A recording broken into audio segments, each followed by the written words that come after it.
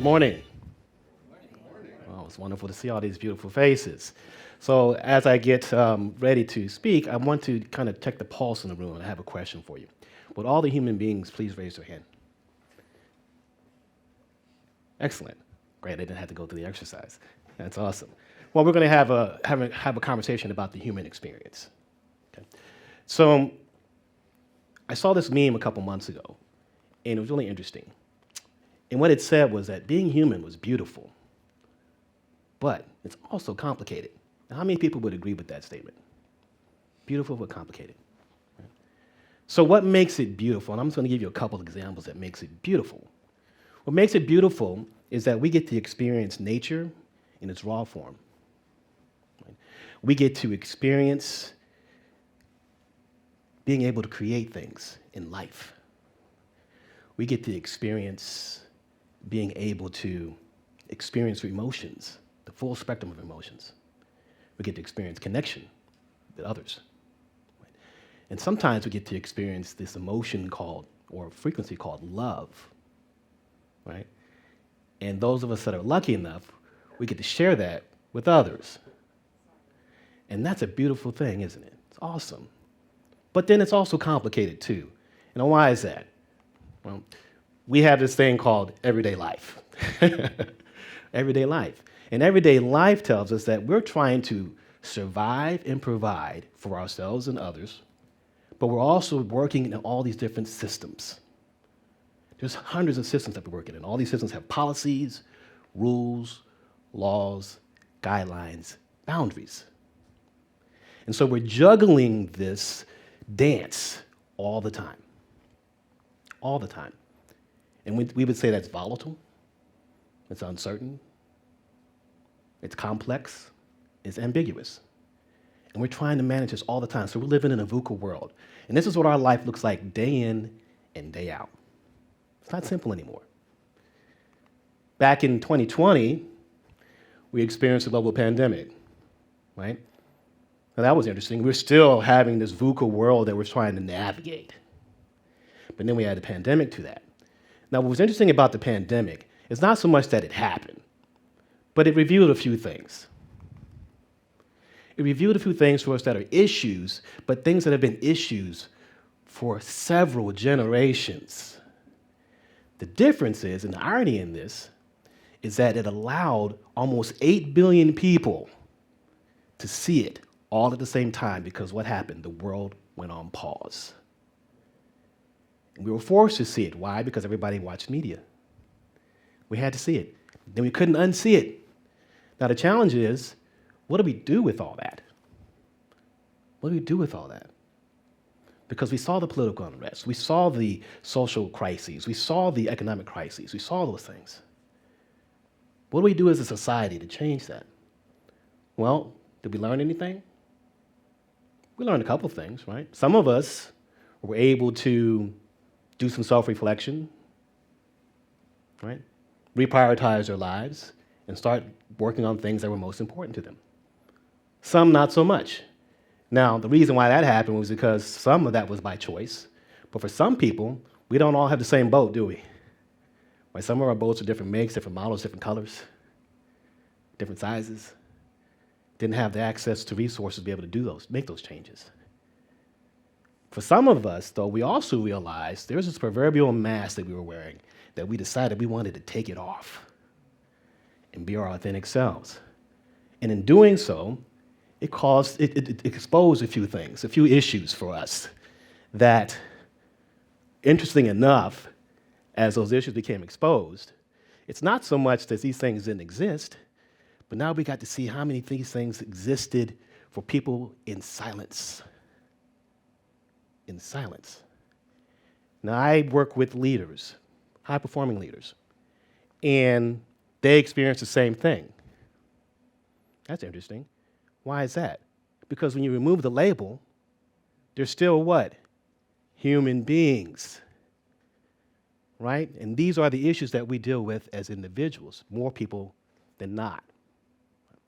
Now, most of the leaders that come to me want to become the best version of themselves, the better version of themselves.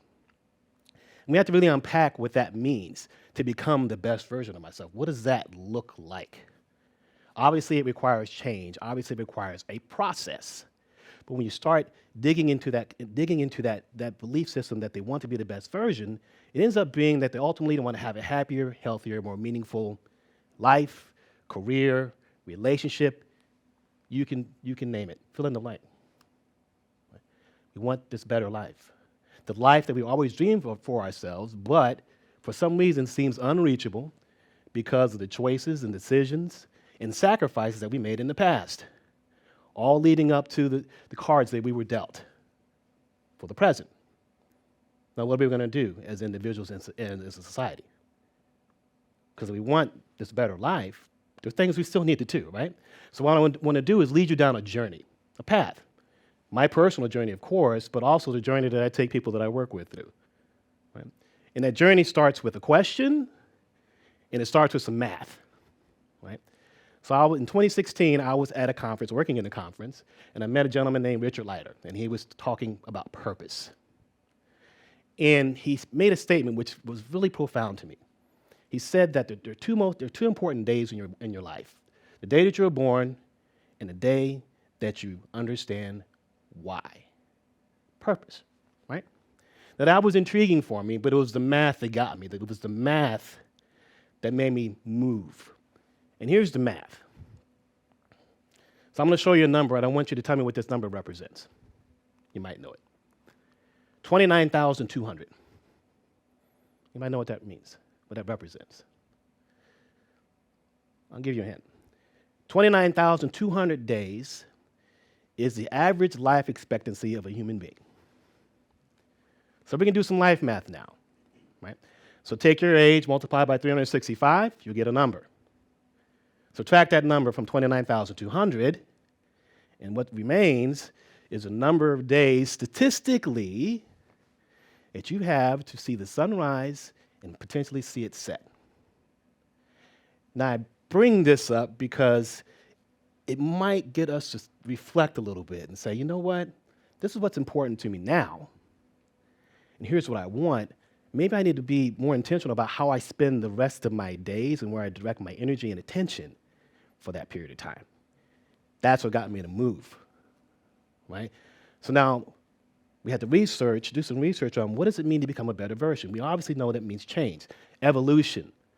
So let's start looking at processes and approaches that help us change.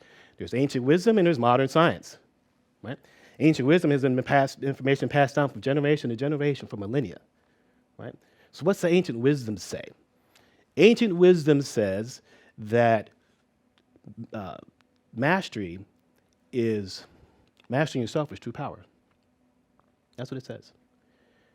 So that indicates a term called self-mastery. And many people would argue that self-mastery also means enlightenment. Now, enlightenment's a huge word, isn't it? Right? Typically, we associate enlightenment with a spiritual state in which one transcends desire and suffering to attain nirvana. Wow. That seems almost unattainable, doesn't it? Mystical. Maybe only for the select few. Think about when that statement was made, thousands of years ago, right?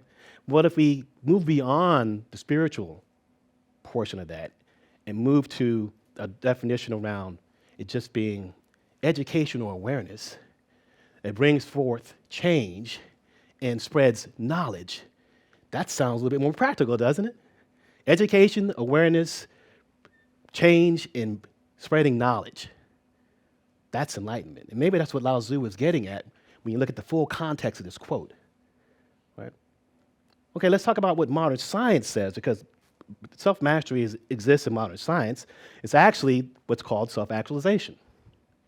Self-actualization is a human need that every human desires and wants to achieve.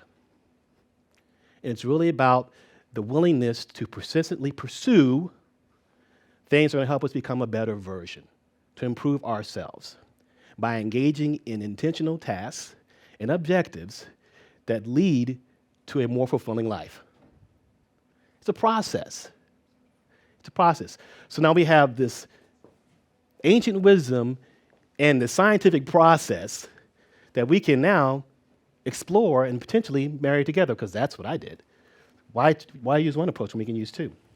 So, what if you marry ancient wisdom, which provides us with all the practices that have been passed down from generation to generation to generation for millennial, and you marry that with modern science, which is about the processes on how to become more self-actualized? What do you get? Well, I'm going to show you. And what you get is, there we go, practical enlightenment. Well, I'm going to push the boundaries now, right? Practical enlightenment. Right? So what does practical enlightenment look like? It's an evolution of human beings. Right? So that means there's going to be a process. There's going to be something you need to do. Right? And we also understand that the world today, the modern world today, is vastly different than the ancient world. Would we all agree to that? Absolutely. Right? So let's talk about what that looks like, because in order to do this, we need to evolve. It requires a blueprint. The blueprint gives you not only the areas that you need to focus on, but it also gives you strategies that you can now implement and integrate in your life. And then something called rituals, which are really just intentional behaviors that are aligned with a specific outcome. We all have routines. We all have behaviors and habits. Do they serve you, or do they serve nothing, right? Let's talk about what this blueprint looks like. The blueprint, I'm less worried about the pillars. We're not worrying about the pillars today. Because the pillars are things that we've seen before in other presentations and diagrams around life. Maybe some of the labels have changed a little bit, but we've seen this before because we're not reinventing the wheel. Again, this is ancient wisdom, right? It's what we do that's important, right? So there are 7 strategies that align with these pillars. I'm just going to align the strategies with the pillars, but I want to talk about 2 specifically. Because if you're not on the journey, you can get on the journey. It's never too late. If you are on the journey, maybe I'm going to offer a tidbit to help you while you're on the path, right? So knowing thyself aligns with the intrapersonal pillar. Regulate to elevate aligns with the emotional pillar. Find more focus and flow aligns with the attention pillar. Move the body, mind, somatic. Nourish the body and brain, nutritional. Foster psychological safety, interpersonal, and cultivate compassion universal. I want to focus on the intrapersonal first, and then the interpersonal. Interpersonal is knowing thyself. This requires a deep contemplation on the self as it relates to consciousness, on discovering your purpose, and developing a personal vision. Right? That means we have to be able to self-reflect and self-analyze ourselves. The most powerful tool for doing that, some people might say therapy, but therapy is not available to everyone, is it? No. The most powerful tool in order to accomplish this is through a formal meditation practice. Not a practice that you do on an app once or twice a week when you feel like it, but a formal meditation practice where you get trained to do something, right? And so this formal meditation practice, when you start thinking about it, you have to look for the right ones. Now, we've seen all the research on the benefits of meditation, all the health benefits, all the well-being benefits, all the cognitive performance benefits. But there is a meditation practice of choice that I use specifically, and I'll explain to you why. And that's transcendental meditation. Now, why would I use transcendental meditation? Transcendental meditation, first of all, is the most heavily researched meditation practice in the world. Over 40 plus years, over 22 universities are conducting ongoing studies on the effects of transcendental meditation in all areas of our life. There are several major medical organizations, NIH, the American Medical Association, and the American Psychological Association, just to name a few, who also have validated and peer-reviewed and published this research. And what's interesting about that research is one piece of information, one piece of data. Transcendental meditation increases self-confidence and also increases self-actualization. Didn't we see that before? Why would you not do this practice? Why would you not do this practice? Right?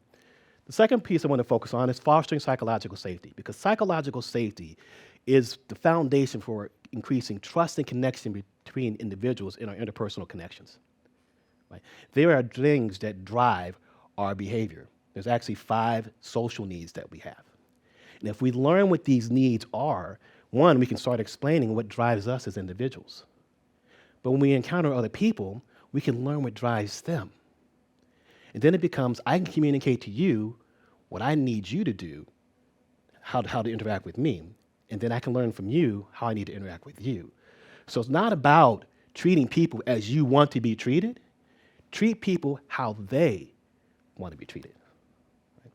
Now, if we can internalize and integrate this into our lives, this is a great start. And obviously there's more work to do, but just doing that gets you on the path. Now, I just want you to imagine for a second, just for a second, what if everyone meditated? Every person on this planet had a meditation practice. What would this world look like? Would there be conflict? Would there be inequities? Or would there be more compassion and peace? There's been studies done on that, right? What if we treated people like human beings? Yes, we're going to have all the labels.